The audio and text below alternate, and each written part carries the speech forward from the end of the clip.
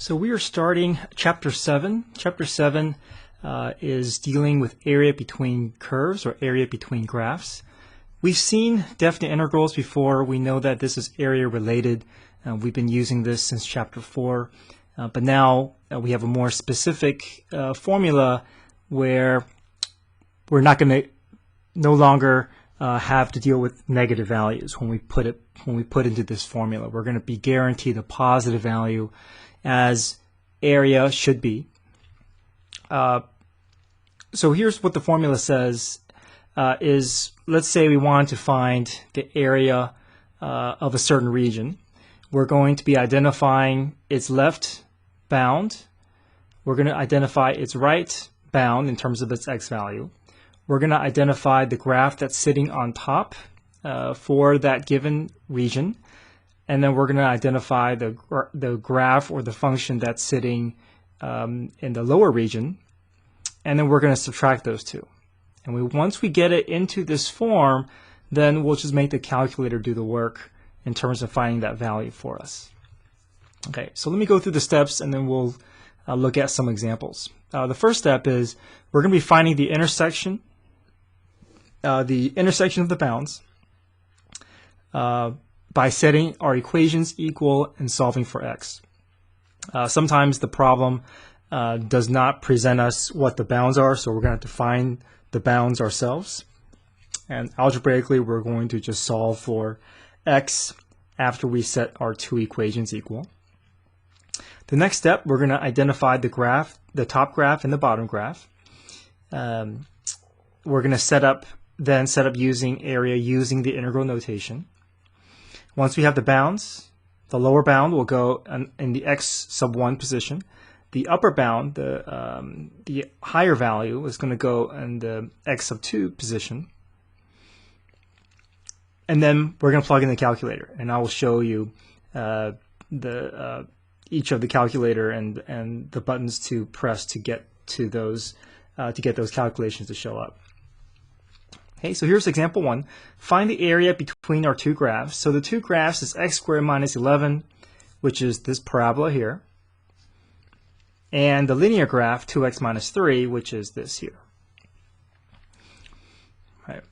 So the area between is going to be the enclosed region. So we're not going to be looking at any region that does not involve the 2x minus 3 or the x squared minus 11 as boundaries.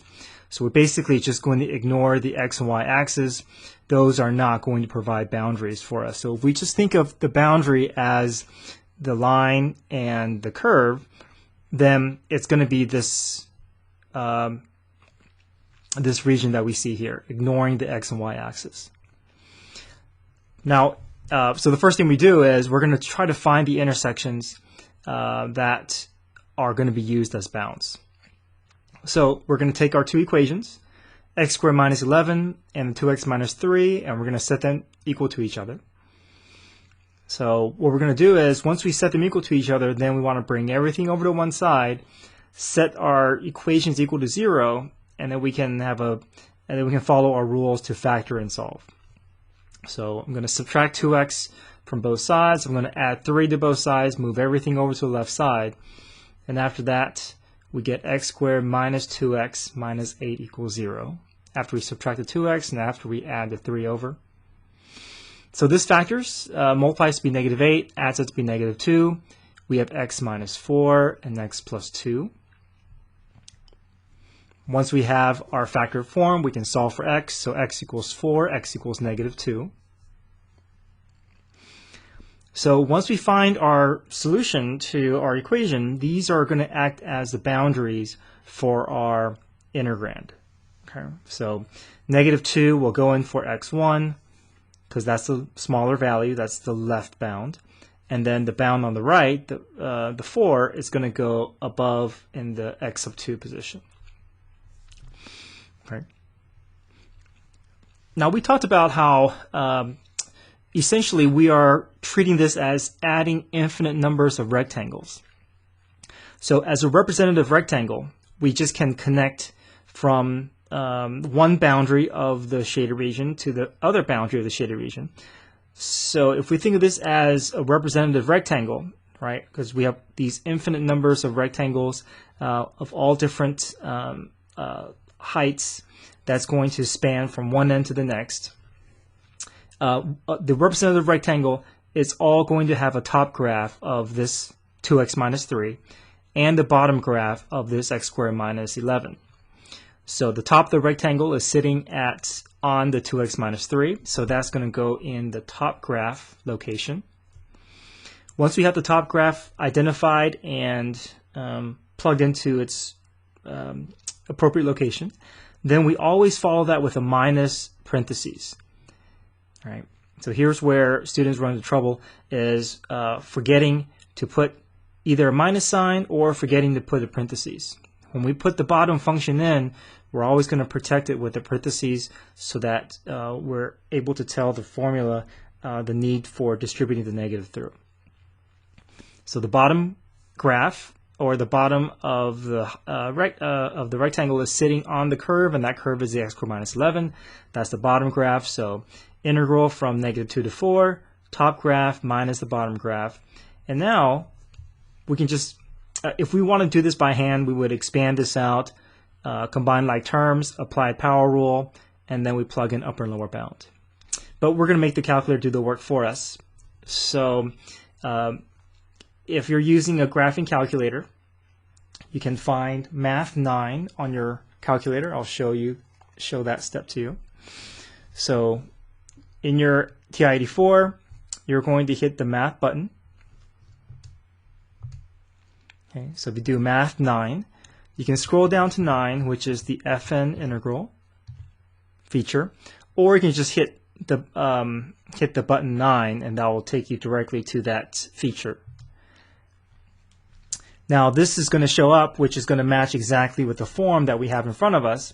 So we just simply plug everything in as we see. So from -2 to 4, parentheses 2x minus 3, close parentheses, minus, open parentheses, x squared minus 11, close parentheses, and then make sure that you finish with the notation of dx.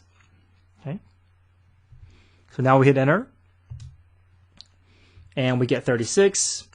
So 36 is going to be the area of this shaded region using the integral notation, 36 square units. Okay. Now we can also use the 36 Pro if you have that calculator.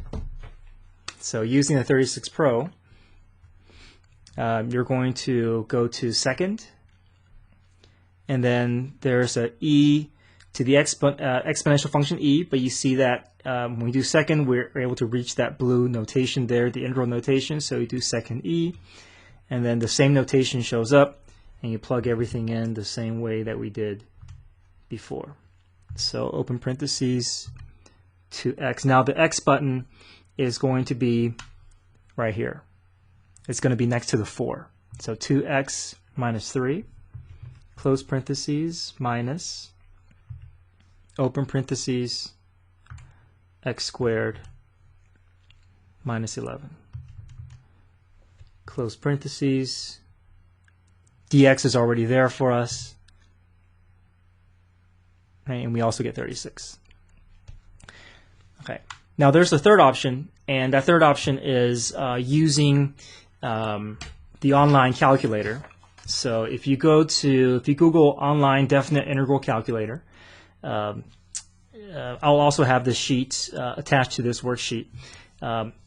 It'll basically go to integralcalculator.com. It'll take you to this page. This is an integral calculator interface, and you're just going to type in your function into this integrand bar here, and then you can enter in the bounds. Just click on the lower and upper bound, and then you're going to hit go. Now after you hit go, it's going to give you a bunch of options in terms of indefinite integral and definite integral. So you're going to scroll all the way to the bottom, the very bottom of the page, and it'll give you that value. Now this is not the same problem that we're working on. Just wanted to show you that feature. So I'll include this at the end of this worksheet. Okay. Okay, so moving on to number 2. Find the area between the two graphs, y equals x squared plus 2x plus 1, and y equals 2x plus 5.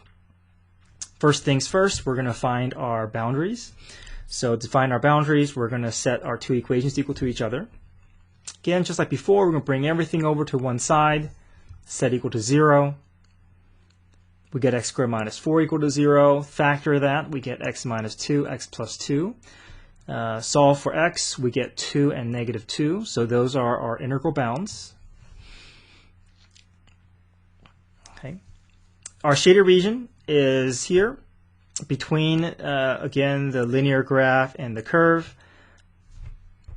We're going to draw a representative rectangle that is going to connect one boundary to the next. And then we're going to do top graph minus bottom graph. So the top graph of the shaded region is clearly the linear graph, the 2x plus 5. The graph on the bottom is the x squared plus 2x plus 1. That's the quadratic function. So we just put these functions into the appropriate locations within our integral notation. For our bounds, we go from lower bound, negative 2, to upper bound of 2. So left bound of negative 2 to a right bound of 2.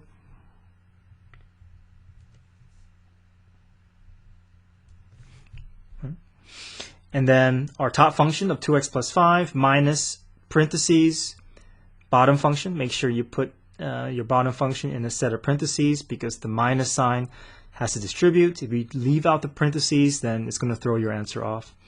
Again, we just plug in the calculator, just like how we did with number 1. And our area answer is 32 over 3 square units.